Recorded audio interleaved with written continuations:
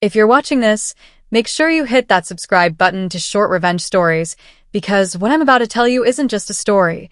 It's a confession, one I never thought I'd say out loud. It's about the day I chose not to save someone's life, someone who once destroyed mine. The title probably sounds cruel, but before you judge me, listen until the end.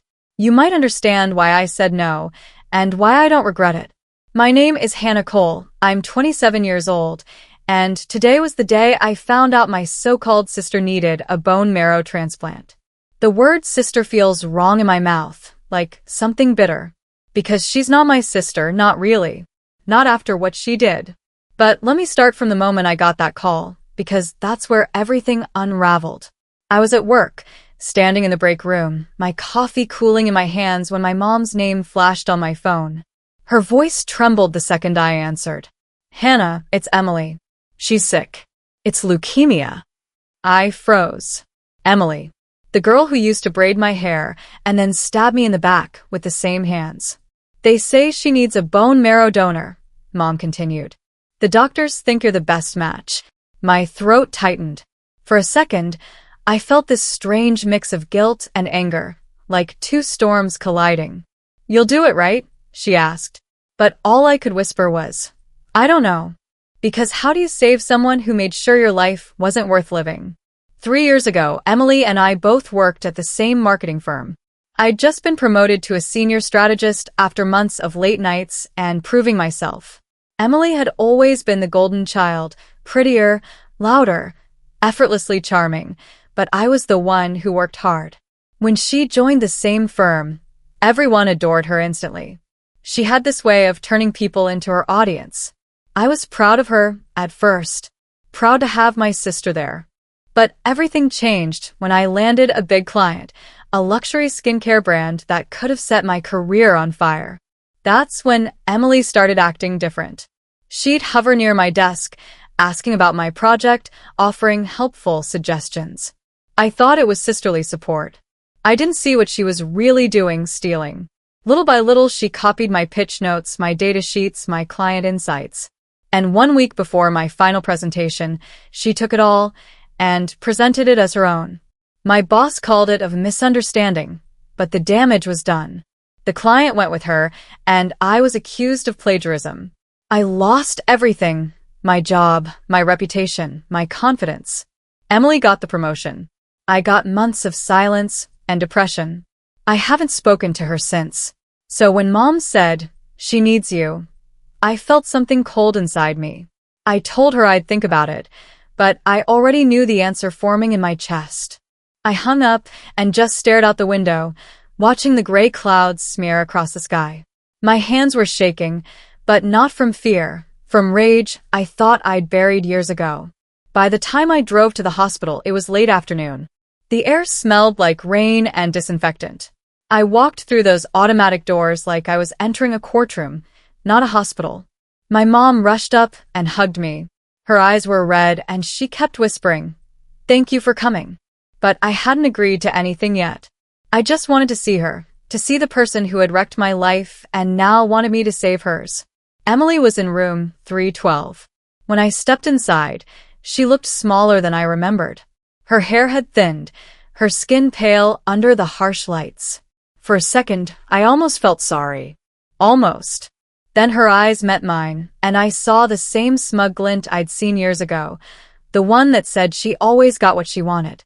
"Hey, sis," she said softly, like nothing had happened. "They told me you're a match." I didn't sit down. I couldn't. "They told me to," I said. "I haven't decided." Her smile faltered. "Hannah, this isn't about us. This is about life and death." I laughed, actually laughed. "Funny. That's what I thought when I begged you to tell the truth at work. But you stayed quiet." She looked down, pretending to be fragile, but I knew that act too well. "I made mistakes," she murmured. "I was jealous, okay? But I didn't think it'd go that far." My voice cracked when I said, "You ruined my career, Emily." "You ruined me." The room fell silent except for the beeping of her monitor. "I'm sorry," she whispered. But the words sounded rehearsed, hollow. Like she was saying them because she needed something, not because she meant them. Mom came in with the doctor then, eyes hopeful. They can start testing today if you agree, she said. The doctor smiled politely, explaining how time was critical. I nodded mechanically, pretending to listen. My mind was screaming. She never cared when you were falling apart. Why should you care now? After they left, Emily reached for my hand. Hannah, please. You're my sister. I pulled back slowly. No, Emily. I was your sister. You made sure that ended when you betrayed me. Her eyes filled with tears, but I didn't move. I couldn't, because for once, I wasn't the one crying. I turned and walked out before she could say another word. I sat in my car in the parking lot for what felt like hours, watching the rain hit the windshield. My heart was heavy, but underneath that weight was something else, clarity. Everyone always said forgiveness brings peace, but no one ever talks about what happens when you've forgiven someone too many times. Sometimes, peace comes from saying no. The doctor called later that evening, asking again if I'd come back to confirm the donation. I told him no. My voice didn't shake. He paused, then said, You understand what that means, right? I did. And it hurt. But it also felt like the first honest thing I'd done in years. I drove home under the flickering streetlights, my phone buzzing nonstop, my mother calling, begging, crying. I didn't answer. Because some wounds don't heal by saving the person who caused them. Sometimes they heal by finally choosing yourself. But the night wasn't over yet. Not by a long shot. Because a few hours later, someone knocked on my door. And when I opened it, I wasn't ready for who was standing there or what they were about to say. It was my father. I hadn't seen him in almost a year, not since the fallout between me, Emily, and Mom. He stood on my porch, soaked from the rain, his gray hair plastered to his forehead. The look on his face wasn't anger. It was disappointment. You really said no? He asked quietly. His voice wasn't sharp like it used to be. It was tired, worn out, the kind that makes guilt crawl up your spine even when you know you're right. I stepped aside, and he came in, shaking off the rain. The living room felt colder with him there, or maybe it was just the silence stretching between us. She's dying, Hannah, he said after a long pause. Do you understand that? I do, I said softly. But you don't understand what she did to me. He sighed, rubbing his temples. I know what happened at that firm. I know it wasn't fair. But this isn't about that anymore. Yes, it is, I said, my voice rising. Because what she did wasn't just a mistake. It destroyed me. I lost my job, my reputation, my friends. Do you know what that felt like? Walking into interviews where people already looked at me like I was a liar? That wasn't a misunderstanding. That was her choice. Dad looked at me, eyes heavy. And now you're making yours. The words hit me harder than I wanted to admit. But instead of arguing, I just said, You weren't there, Dad. You didn't see her smile when I got fired. You didn't see her hugging my boss while I was packing up my desk. He didn't respond right away. He just stood there, breathing slow, like he was trying to find the right words. When you were little, he said finally, you used to cry when Emily took your toys. And your mom would tell you to share, remember? You'd stomp your foot and say, It's not fair. And I'd say, Life isn't fair, Hannah, but we don't stop being kind. I felt my throat tighten. Maybe kindness has a limit, I whispered. He looked at me for a long moment, then nodded slightly. Maybe it does. He turned to leave, but before walking out, he said, Just make sure the limit isn't your soul. When the door closed behind him, I sank onto the couch. The sound of rain hitting the roof grew louder, almost like a warning. My phone buzzed again, this time a text from Mom. She's not doing well. Please, Hannah. She's asking for you. For a second, my chest ached. I thought about all those nights Emily and I used to stay up talking about our futures when she said we'd always have each other no matter what. I thought about how she used to braid my hair before school and tell me I'd do great things. Somewhere along the line, that sister vanished. Or maybe she'd never been real. Still, something in me needed closure. Not forgiveness, not guilt, but closure. I grabbed my keys and drove back to the hospital, the wipers squealing against the windshield. Every mile closer made my stomach twist tighter. When I got there, the halls were quieter, dimmer. Mom was sitting outside Emily's room, crying into her hands. When she saw me, she stood up fast. "Oh, thank God." "Mom," I said gently, "I didn't come to change my mind. I just came to talk." She looked like she wanted to argue, but she didn't. She just nodded, tears streaking down her cheeks. I took a deep breath and pushed open the door. Emily was awake, barely.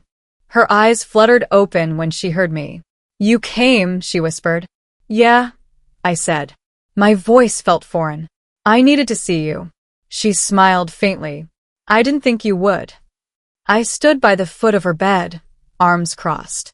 "You know, Emily, I spent years thinking about what I'd say to you if I ever saw you again. But now that I'm here, all I can think is why? Why did you do it?" She stared at the ceiling for a moment. "Because I was jealous," she said quietly. "You were always the responsible one. The one Mom and Dad bragged about. I wanted to be like you, but I couldn't. And when I got that chance, I took it." I shook my head. "You didn't take it, you stole it." "I know," she said, tears sliding down her face. "And I've hated myself every day since." "You think I don't? You think it didn't eat at me every time I looked in the mirror?" I wanted to believe her, but the memories were still too sharp. "Then why didn't you fix it? Why didn't you tell the truth?" She looked at me, her voice trembling. "Because I was scared. I thought if I said something, I'd lose everything. But I lost you anyway." Her words broke something small inside me. I sat down in the chair beside her bed. For a long while, we didn't say anything. Just the sound of her monitor beeping, slow and steady. "You know," I said finally, "people always tell you that family is everything. That blood means forgiveness. But sometimes blood is just another kind of prison." Emily turned her head weakly. "Then why are you here?" I hesitated.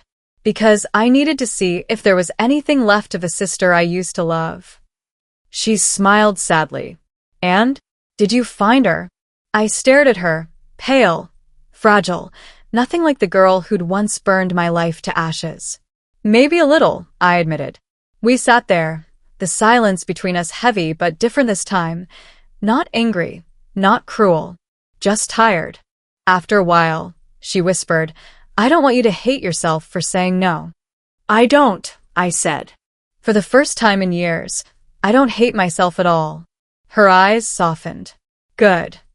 I stood up. "Goodbye, Emily." As I turned to leave, she said my name softly, like a prayer. "Hannah." I stopped. "I'm sorry. Truly." For a moment, I wanted to say I forgave her, that it was okay. But it wasn't. It never would be. So instead, I said, "I know." And then I walked out. Mom was waiting in the hall, her face pale and hopeful. "Did you change your mind?" I shook my head. "No." But I said goodbye. Her lips trembled. "You're her only chance." "I know," I said quietly. But she made her choices. Now I'm making mine. When I stepped out of the hospital, the rain had stopped. The air smelled like wet earth, and for the first time in a long while I felt clean. Not happy, not relieved, just free. I sat in my car, watching the lights from the hospital windows flicker against the dark sky. Somewhere in there, Emily was fighting for her life. And somewhere inside me, I was finally done fighting for mine. I don't know what happens next, if she'll survive, if she'll find another donor, if karma will ever balance the scales. But what I do know is this. Sometimes revenge isn't loud or dramatic. Sometimes it's just the quiet power of saying no to someone who once took everything from you. I drove home with the radio off, letting the silence fill the car. I thought about all the years I'd spent carrying the weight of what she did. And for the first time, I realized that letting her face the consequences wasn't cruelty. It was justice. People might say I'm heartless. Maybe they're right. But they weren't there when I begged for the truth, when I lost everything I'd built. They didn't see me crying in my car outside that firm, wondering how my own sister could smile while I fell apart. So no, I don't regret what I did. Not anymore. Because that day, I didn't just refuse to donate my bone marrow. I refused to sacrifice myself again for someone who never would have done the same for me. And that, finally was enough.